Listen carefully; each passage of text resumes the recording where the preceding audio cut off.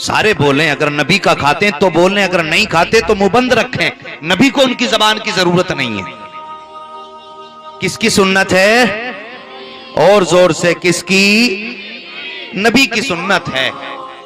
अल्लाह की कसम, अगर मेरे मुस्तफा ने निकाह को मशरू न किया होता तो तेरी औकात न थी तू किसी की बेटी को हाथ लगा देता। तेरी हैसियत नहीं थी कि तू किसी की बेटी की तरफ आंख उठा के देख सकता।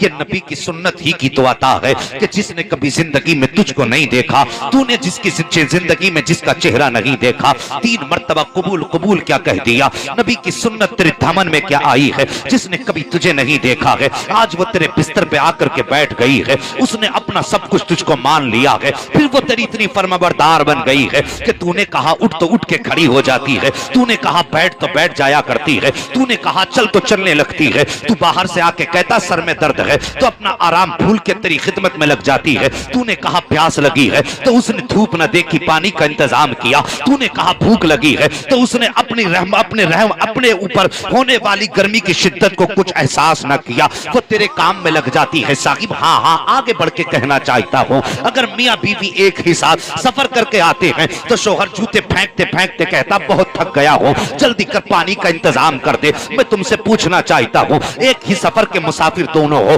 जिस रास्ते से तू चल के आया है उसी रास्ते से बीवी चल के आई है। जितना सफर तूने किया है उतना सफर बीवी ने किया है, लेकिन आखिर वजह क्या है? तू भी थक के आया है, वो भी थक के आई है, लेकिन तूने बिस्तर पे बैठने से पहले जैसी कहा प्यास लगी है, साहिब उसने जूते नहीं उतारे हैं, उसने कपड़े चेंज नहीं किए हैं, दौड़ी है बर्तनों की तरफ, फौरन गिलास उठाया है। तुझसे एक बार तो ये भी नहीं कहा था कि प्यास मुझे भी लगी है, तूने पानी मांगा है, अपनी जरूरतों को त्याग दिया है, तोड़ करके गई पानी भर के लाई है। तू मोजे उतार रहा है, वो पानी लेकर के खड़ी है, तू कपड़े बदल रहा है, वो पानी लेकर के खड़ी है। मैं पूछना चाहता हूँ, एक अजनबी औरत को इतना फर्माबरदार किसने बनाया? तो दुनिया को कहना पड़ेगा हमारी औकात न थी जो अजनबी इतना फर्माबरदार हो जाता। सच तो ये है नबी की सुन्नत है जिसने अजनबी को इतना करीब बना दिया है कि तेरे बोलने पे बोल रही है, तेरे चलने पे चल रही है, तेरे कहने पे उठ रही है, तेरे कहने पे बैठ रही है।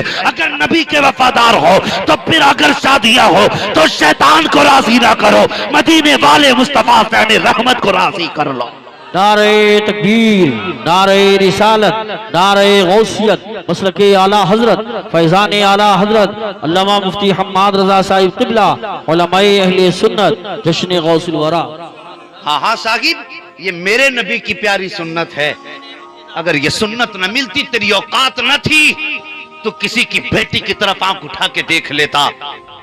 हैसियत नहीं थी तेरी कि तू किसी की बेटी को उठा के बिस्तर पे ला के रख देता। जवानों बदलो तरीके। आज शादियां ब्याह का जो रस्म रिवाज है, अल्लाह माफ फरमाए, कौन सा तरीका ऐसा नहीं जिसको देख के मेरे मुस्तफा का कलेजा न तड़पता होगा। तुम उठ के खाते हो, चल फिर के खाते हो, क्या नबी को इस बात की खबर नहीं है? तुम गाने बजाते हो, क्या नबी को इस बात की खबर नहीं है? तुम अपने घरों के अंदर ऐसी जगहों पे खाने किया करते हो जहां पे मर्द भी खड़े हैं, औरतें भी खड़ी हैं। जब एक ही जगह पर बेहयाओं को देखते होंगे तो मुस्तफा के जिगर पे क्या गुजरती होगी। उसके बाद नारे लगाए जाते हैं गौस का दामन नहीं छोड़ेंगे, आला हजरत का दामन नहीं छोड़ेंगे। तूने थामा ही कहां गया आला हजरत का दामन? तूने पकड़ा ही कब है गौसे पाक का दामन? अल्लाह अकबर, गौसे पाक की बात करता है, उनके दामन की बात करता है। उनके जैसा पारसा घराना ला के दिखा दे, उनकी जैसी पारसा माला करके दिखा दे। अल्लाह अकबर, बगदाद की सरजमीन है, इसी सरजमीन पर सरकार गौसे पाक की उम्र शरीफ अभी 4 साल है। 4 साल की उम्र शरीफ सरकार गौसे पाक की, बचपन का जमाना है।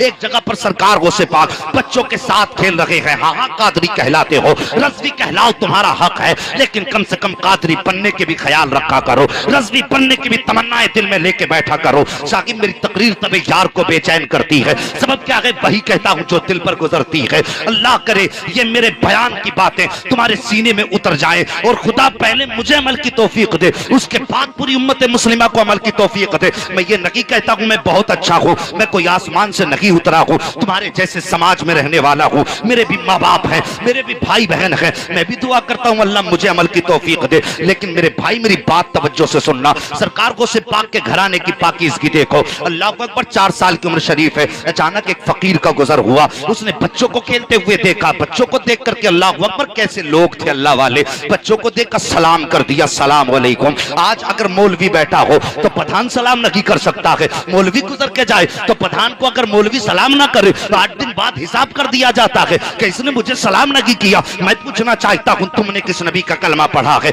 मेरे नबी तो फरमाते हैं सलाम को आम करो। अगर मौलवी सलाम नहीं करता है तो तुम सलाम कर दो, अगर बच्चे सलाम नहीं करते हैं तो तुम सलाम कर दो। आओ सीरत गौसे पाक देखो प्यारे, जैसे उन बुजुर्ग का गुजर होता है, बच्चों को खेलते देख रहे हैं, उसके बाद कहते हैं सलाम वालेकुम। सारे बच्चों ने बुजुर्ग का चेहरा देखा, सबने कहा वालेकुम अस्सलाम। लेकिन जैसी आवाज मेरे गौस के कानों में टकराई है, उम्र शरीफ अभी 4 साल है, कहते हैं वालेकुम अस्सलाम वालेकुम अस्सलाम। एक बार नहीं 2 मरतबा जवाब सरकार गौसे पाक दे रहे हैं। अल्लाह अकबर, तवज्जो से सुनना प्यारे। जैसी मेरे गौसे पाक ने 2 मरतबा आपको जवाब दिया है, वो बुजुर्ग ठहर जाते हैं। देखा सरकार गौसे पाक का चेहरा, देख के कहते हैं बेटा जरा इधर आओ। मेरे गौसे पाक करीब आते, उम्र शरीफ अभी 4 साल है, ये जहन में रखना है। आप करीब आए, फरमाया, कहा जी हुक्म फरमाइए। कहा बेटे मैंने सलाम एक बार किया है, तुमने जवाब 2 मरतबा क्यों दिया है? ये सरकार गौसे पाक है। सुनने के बाद कहते हैं बाबा आप अपना काम कीजिए, मुझे अपना काम कर लेने दीजिए। जैसे इतना जवाब मेरे गौसे पाक ने दिया है, उन बुजुर्ग ने हाथ पकड़ा, समझ गए ये पहुंचा हुआ बच्चा है।